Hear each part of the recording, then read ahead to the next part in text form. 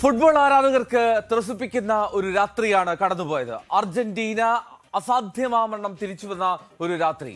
ഇത് ലയണൽ മെസ്സിയുടെ അവസാന മത്സരമാകുമെന്ന് ഒരു ഘട്ടത്തിൽ തോന്നിപ്പിച്ചു ഈജിപ്റ്റ്. പക്ഷേ അതും മറികടന്ന് അർജന്റീന ടീം 3 ഗോൾ അടിച്ച് തിരിച്ചെത്തി. ഇനി കൊളംബിയ സ്വിറ്റ്സർലൻഡ് മത്സരത്തിലേക്ക് പോയാൽ അവിടെ ഒരു പെനാൾട്ടി ഷൂട്ടൗട്ട് വേണ്ടി വന്നു സ്വിറ്റ്സർലൻഡിന് മുന്നോട്ട് കയറാൻ. കൊളംബിയയ്ക്ക് നിരാശയുടെ സമയം, അവർ ജയം കൊതിച്ചിരുന്നു. പക്ഷേ അർജന്റീനയ്ക്കെതിരായിട്ടുള്ള ക്വാർട്ടർ ഫൈനലിൽ സ്വിറ്റ്സർലൻഡ് ആയിരിക്കും എതിരാളികൾ. നോക്കാം വിശദമായി. അർജന്റീന ലോകകപ്പിന്റെ ക്വാർട്ടർ ഫൈനലിൽ ഈജിപ്തിനെ 2-3 ഗോളുകൾക്കാണ് അർജന്റീന പരാജയപ്പെടുത്തിയത്. അസാധ്യമായിട്ടുള്ള തിരിച്ചുവരവാണ് അർജന്റീന നടത്തിയത്. ആദ്യ ഗോൾ അത് ഇബ്രാഹിമിലൂടെ 15-ാം മിനിറ്റ് ഈജിപ്റ്റാണ് നേടിയത്. രണ്ടാമതും ഈജിപ്റ്റ് ഗോൾ അടിച്ചു സീക്കോയിലൂടെ 67-ാം മിനിറ്റിൽ. അർജന്റീന ആരാധകരെ ആവേശം കൊള്ളിച്ചു.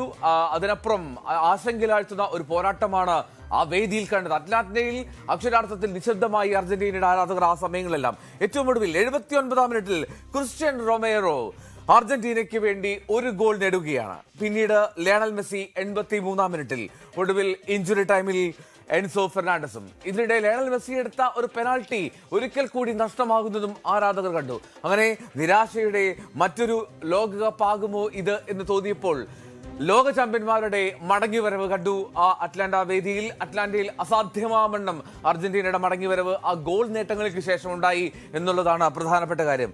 അർജന്റീന ഇനി ക്വാർട്ടർ ഫൈനലിൽ കൊളംബിയെ തോൽപ്പിച്ചെത്തുന്ന സ്വിറ്റ്സർലൻഡിനെയാണ് നേരിടാൻ പോകുന്നത്.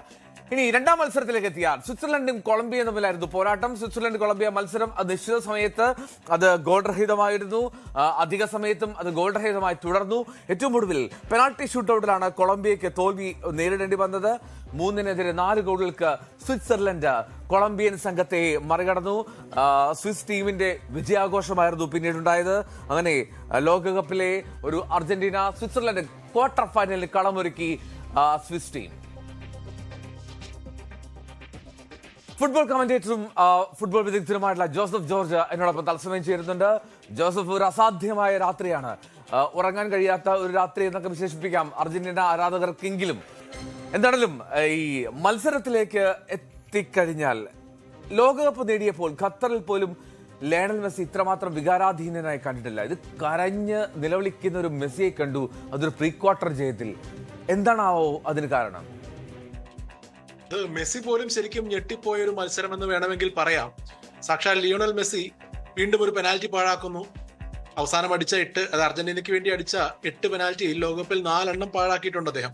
അപ്പൊ അങ്ങനെയൊക്കെ നോക്കുമ്പോൾ ഇത്തവണ പുറത്താകലിന്റെ വക്കിൽ നിന്നാണല്ലോ തിരിച്ചുവരവ്. പുറത്തായിരുന്നെങ്കിൽ ലോകകപ്പ് നേടിക്കൊടുത്ത ആ ഇതിഹാസം തന്നെ ലോകകപ്പിൽ നിന്ന് പുറത്താകാൻ കാരണമായി എന്നുള്ള ഒരു ചിന്ത അദ്ദേഹത്തിന്റെ ഉള്ളിൽ തീർച്ചയായിട്ടും പോയിട്ടുണ്ടാവും. നമ്മൾ പതിവ് പോലെ മെസ്സി അത്ര ഒരു ഊർജ്ജസ്വലനായിട്ടല്ല ഇന്ന് കളിക്കളത്തിൽ കണ്ടത്. അത്യാവശ്യം ഒന്ന് പിൻവാങ്ങി കളിക്കുന്ന ഒരല്പം ചിന്തകൾ അലട്ടിക്കൊണ്ടിരുന്ന ഒരു ലിയോണൽ മെസ്സിയാണ് 78-ാം മിനിറ്റ് വരെ കണ്ടത്. 78-ാം മിനിറ്റിൽ ഈജിപ്ത് 2-0 ലീഡ് എടുത്ത് നിൽക്കുന്നു. അതിനു മുമ്പത്തെ ആ ഒരു ഗോൾ റൂൾ ഔട്ട് ആയതും നമ്മൾ തള്ളിക്കളയാൻ പാടില്ല. അങ്ങനെയുള്ള ഒരു സാഹചര്യത്തിൽ നിന്നും അദ്ദേഹം ഇൻസ്പയർ ചെയ്തൊരു കംബാക്ക്, ക്രിസ്ത്യൻ റൊമേറോയുടെ ഗോളിനുള്ള ക്രോസ് നൽകിയത് മെസ്സിയാണ്. അതിനുശേഷം മെസ്സി തന്നെ ഈക്വലൈസറും കണ്ടെത്തുന്നു. എൻസോ ഫെർണാണ്ടസിലൂടെ 92-ാം മിനിറ്റിൽ അർജന്റീന വിജയിക്കുമ്പോൾ അത് ശരിക്കും ഒരു വികാരം തള്ളിച്ച് തന്നെ ആവും. അത് ലിയണൽ മെസ്സിക്ക് ആയതുകൊണ്ട് നമ്മൾ അത് ശരിക്കും ഞെട്ടിപ്പോയി. കാരണം ലോകകപ്പ് ജയിച്ച ഒരു താരം ഇങ്ങനെ ഒരു വികാരാധീനനായി അദ്ദേഹത്തിന്റെ ഉള്ളിലുള്ള എല്ലാ വികാരങ്ങളും പ്രകടിപ്പിക്കുന്നു. അതിനുശേഷം ടീം അംഗങ്ങൾ അദ്ദേഹത്തെ എടുത്ത് ആകാശത്തേക്ക് എറിയുന്നതൊക്കെ കാഴ്ച വളരെ രസകരമായി സന്തോഷത്തോടെ അത് കാണാൻ സാധിച്ചു. കാരണം പ്രത്യേകിച്ചും കഴിഞ്ഞ 2 ദിവസങ്ങളിൽ നെയ്മാറും റൊണാൾഡോയും 2 ഇതിഹാസങ്ങൾ ഇവിടെ വാങ്ങുകയാണ് നമ്മൾ കണ്ടത്. അത് തുടർച്ചയായ 3-ാം ദിവസവും ആവർത്തിക്കുമോ എന്നുള്ളൊരു പേടി ഉണ്ടായിരുന്നു. എന്നാൽ അതിനെയൊക്കെ മറികടന്ന് ലിയോണൽ സ്കലോണിയുടെ തന്ത്രങ്ങളും വിജയിച്ചു എന്ന് പറയാം.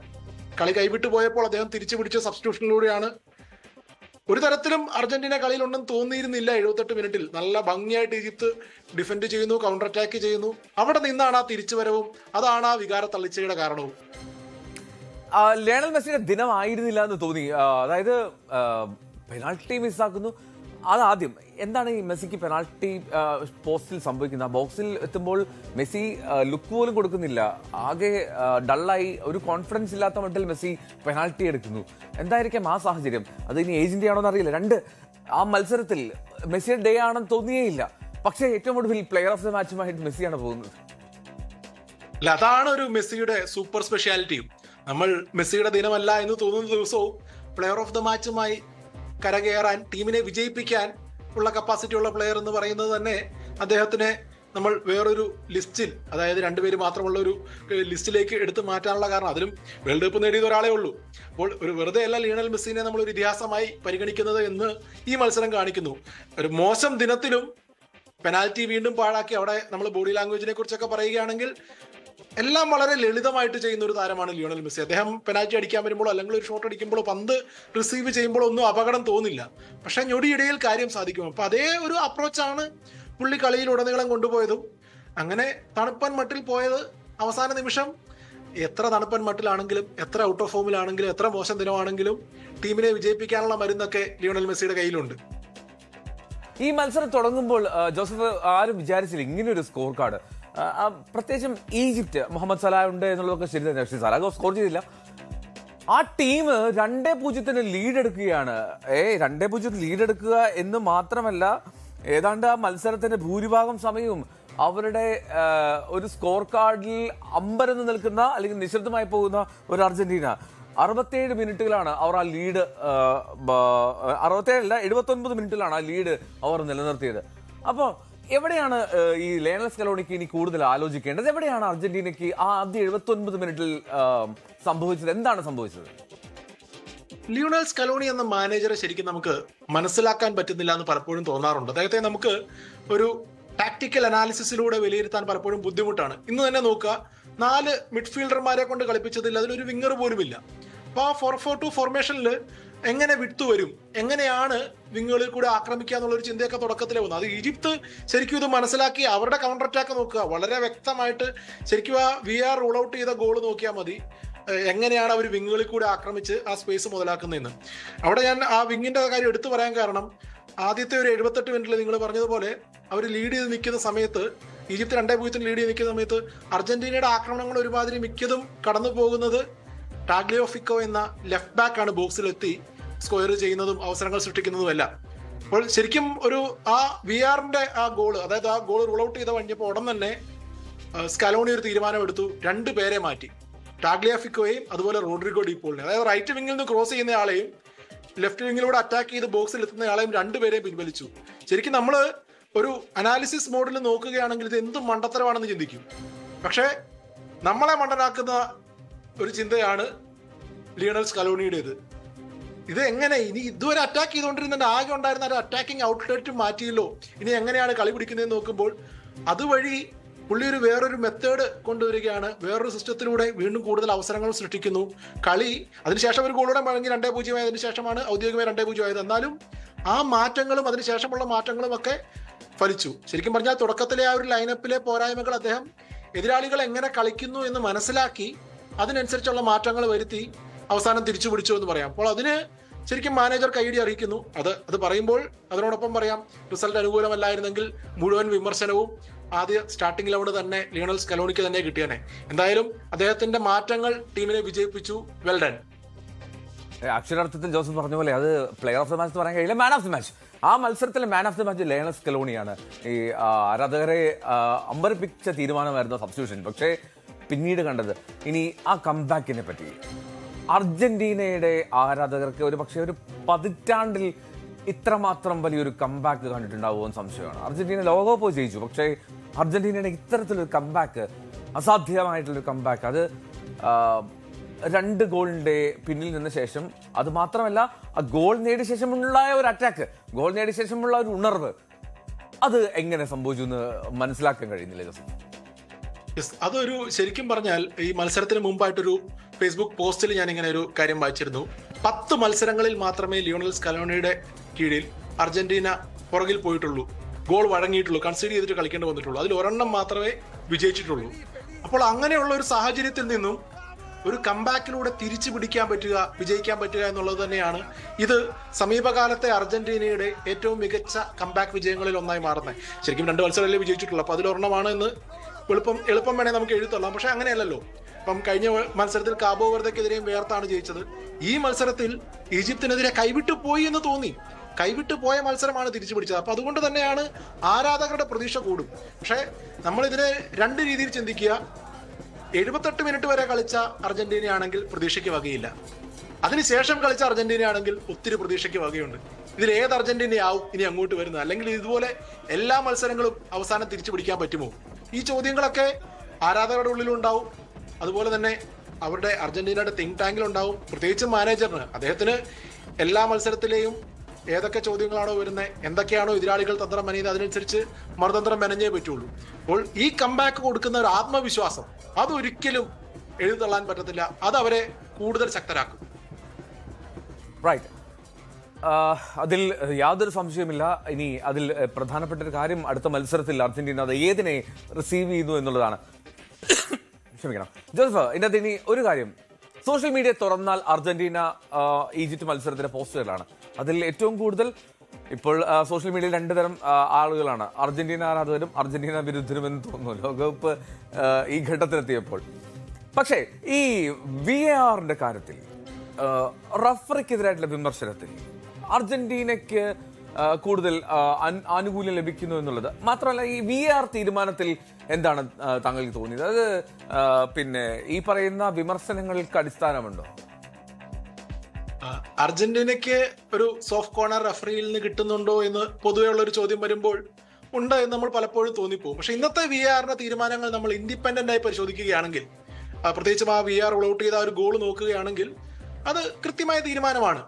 VAR നിയമങ്ങളിൽ ക്ലോസ് 6 പ്രകാരം എത്ര സമയം എടുത്താണെങ്കിലും കൃത്യമായ തീരുമാനം എടുക്കണം എന്നുള്ളതാണ്. എന്തേരം വേണമെങ്കിലും അതിന്റെ ബിൽഡപ്പ് ഫേസിൽ പുറകോട്ട് പോകാം, അല്ലാണ്ട് 10 സെക്കൻഡിലോ അല്ലെങ്കിൽ അതിന് മുമ്പത്തെ 2 പാസ് മാത്രമേ നോക്കാവുള്ളൂ, അങ്ങനെ ഒരു റെസ്ട്രിക്ഷൻ ഇല്ല.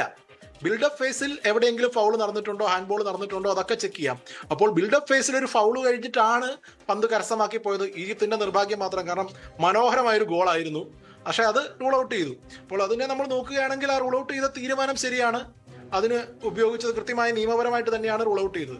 ഇനി രണ്ടാമത്തെ ഒരു ഇൻസിഡന്റ് എന്ന് പറഞ്ഞു കഴിഞ്ഞാൽ ആ വിന്നിംഗ് ഗോളിന് മുമ്പായിട്ട് വന്നേക്കുന്ന മുഹമ്മദ് സലയുടെ ഒരു പെനാൽറ്റി ഇൻസിഡന്റ് ആണ്, അല്ലെങ്കിൽ ആ ഒരു ഫൗൾ ഇൻസിഡന്റ് ആണ്. എന്തുകൊണ്ടാണെന്നാ പിന്നെ അതേ മെഷറിൽ അതും നോക്കാത്തത് എന്നുള്ളത്. അവിടെ നോക്കുകയാണെങ്കിൽ സല ഡ്രിബിൾ ചെയ്യാൻ ശ്രമിക്കുമ്പോൾ ഒരു ടച്ച് കിട്ടുന്നുണ്ട് ഡിഫൻഡർ ഫെർണാണ്ടസിന്, ജേഴ്സി നമ്പർ 6 ലോട്ടാറോ മാർട്ടിനസ് അല്ലോ, മാർട്ടിനസിന് ഒരു ടച്ച് കിട്ടുന്നുണ്ട്.